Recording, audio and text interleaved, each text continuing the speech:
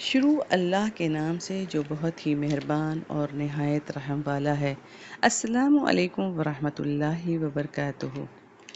ماہ محرم دراصل اسلامی سال کا پہلا مہینہ ہے اور پہلی محرم سال کا پہلا دن ہے۔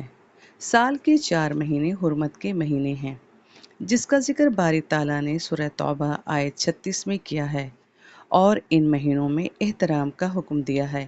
ان مہینوں میں خود کو ہر برائی سے روکنا، ہر طرح کے گناہوں سے بچنا، جنگ و جدل و فساد سے رکے رہنا ہے۔ مگر اس کے برخلاف ماہ محرم جس قدر بدعات و رسومات، نظر منتیں دیکھنے کو ملتی ہیں اور کسی حرمت والے مہینوں میں نہیں۔ آئیے جانتے ہیں عزاداری یعنی ماتم اور تعزیہ داری کی رسم کب سے اور کہاں سے شروع ہوئی۔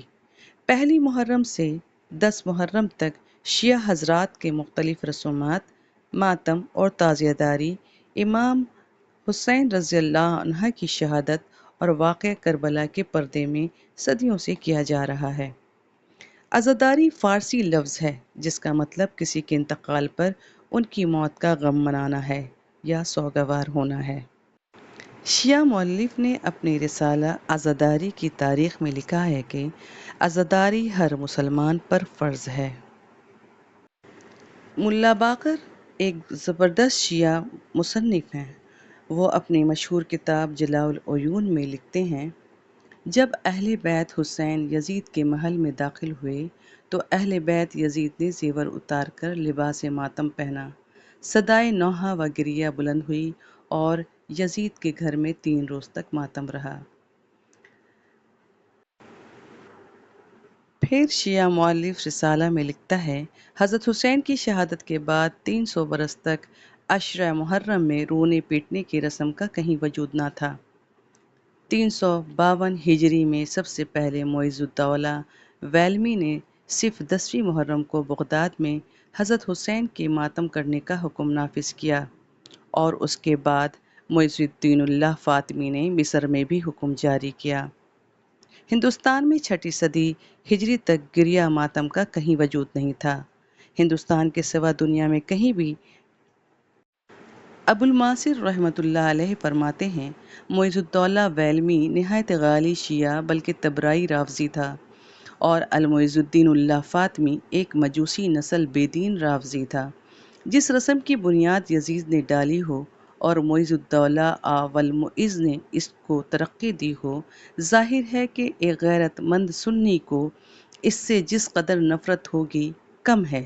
یہی وجہ ہے کہ مصر و شام، ایران و افغانستان وغیرہ یہ رسم صرف شیعہ ادا کرتے ہیں، جیسا کہ شیعہ مؤلف نے خود تسلیم کیا ہے۔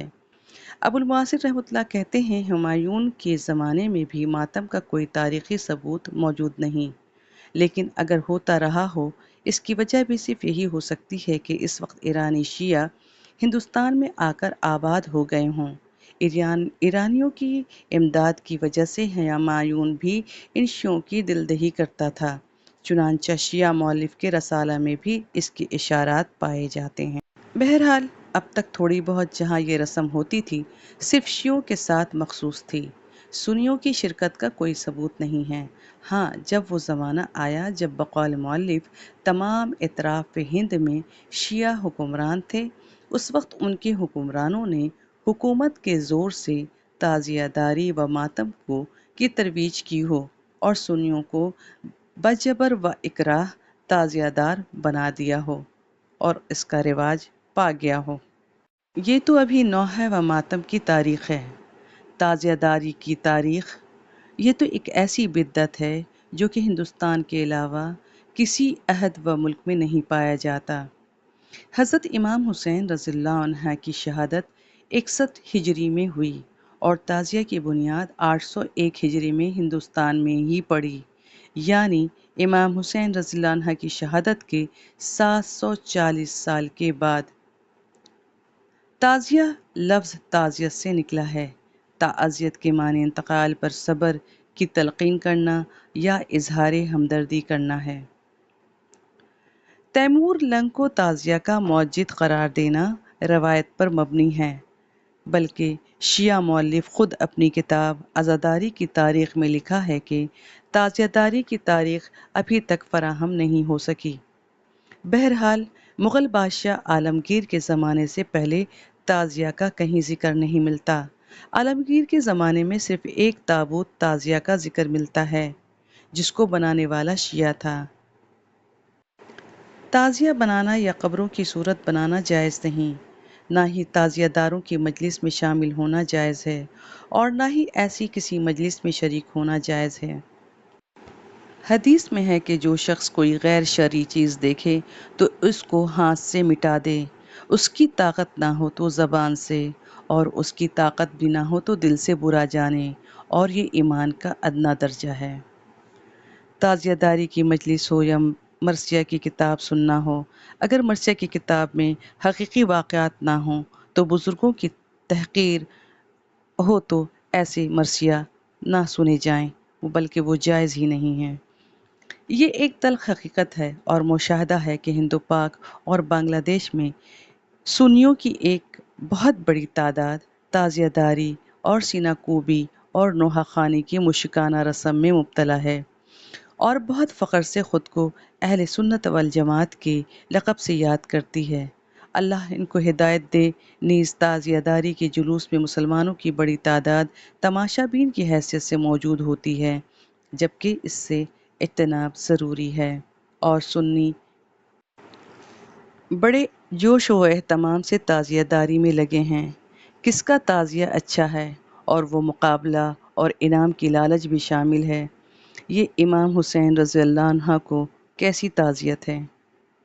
3 دن سے زیادہ غم منانے کی اجازت نہیں، اور اب تک ماتم ہوئے جا رہے ہیں، نوحے پڑھے جا رہے ہیں، مرثیے گائے جا رہے ہیں، جلوس نکالے جاتے ہیں، ڈھول پیٹے جاتے ہیں، اور کمر میں پینک و گھنگرو کی منتیں مانتے ہیں، رنگین انڈوں سے جوئے کھیلتے ہیں، گھوڑے کے پیروں کے دودھ سے دھوتے ہیں، گھوڑوں کے جوٹھے ملیدے کھائے جاتے ہیں، ہاتھوں میں گلابی دھاگے اور پیروں میں کالے دھاگے باندھے جاتے ہیں۔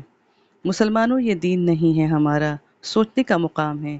جس دن حضرت امام حسین کی شہادت ہوتی ہے، اس دن میلے کا لگنا، کھیل تماشا شغل لگانا، میلے سے خریداری کرنا، یہ کیسا غم ہے جو مسلمان منا رہے ہیں۔ آپ صرف تصور کیجئے کہ جس دن ہمارے گھر کا فرد انتقال کیا ہو، کیا ہم اسے ایسے غم منائیں گے؟ نہیں نا۔ آپ کسی بھی عمل کو کرتے وقت، خاص کر وہ اعمال جو سماج میں مروجہ ہیں، اس کو قرآن و حدیث کی روشنی میں چیک کریں، اس عمل کی دلیل ڈھونڈیں۔ اگر قرآن و حدیث میں نہ ملے تو اس کو اسی وقت چھوڑ دیں، اللہ سے توبہ کریں اور اللہ سے ڈریں۔ اللہ کی رضا کے لیے ہر عمل، آپ دیکھیں، آپ کی زندگی اللہ کو خوش کرنے کے لیے ہونا ہے کہ باپ دادا کے بنائے ہوئے رسم و رواج اور بدعات کو عام کرنا ہے۔ اور لوگ ایسے کرتے ہیں جیسے نہ کیے تو جنت چھوٹ جائے گی۔ جنت واقع چھوٹ جائے گی اگر یہ بدعات یا دین میں غلو پیدا کیا تو۔ امام بارگاہ میں جا کر منتوں کا مانگنا، مزاروں میں جا کر منتوں کا مانگنا۔ منت کیا ہے؟ منت کی حقیقت کیا ہے؟ منت کے لیے سال، مہینے اور کسی خاص دن کی ضرورت نہیں، بلکہ محرم کے مہینے کا انتظار کی ضرورت نہیں، بلکہ آپ جہاں بھی ہوں، آپ اللہ سے اپنی مراد کے لیے منت مانگ سکتے ہیں۔ مگر منت صدقہ، روزہ، مسکین کو کھانا کھلانا، نوافل نماز کی ہوتی ہے، جس کو شریعت میں نذر کہتے ہیں۔ عبادت کی نذر مانگتے ہیں، اسی کو پورا کرتے ہیں۔ نذر یا منت صرف عبادت کی ہے۔ ماہ محرم کی بہت ہی فضیلت ہے، آپ اس میں زیادہ سے زیادہ عبادت کریں۔ عاشورہ کا روزہ۔ حدیث ابن عباس رضی اللہ عنہ سے روایت ہے کہ نبی صلی اللہ علیہ وسلم یوم عاشورہ یعنی 10 محرم اور رمضان کے روزوں کے علاوہ کا اہتمام کرتے نہیں دیکھا۔ آپ صلی اللہ علیہ وسلم 10 محرم یوم عاشورہ کا دن کو تمام دنوں پر فضیلت دیا کرتے تھے۔ اس دن کی، اس مہینے کی بہت اہمیت و فضیلت ہے۔ آپ خود کو ان رسومات، بدعات اور رواج سے بچائیں۔ السلام علیکم. اگلی ملاقات نیکسٹ ویڈیو میں انشاءاللہ.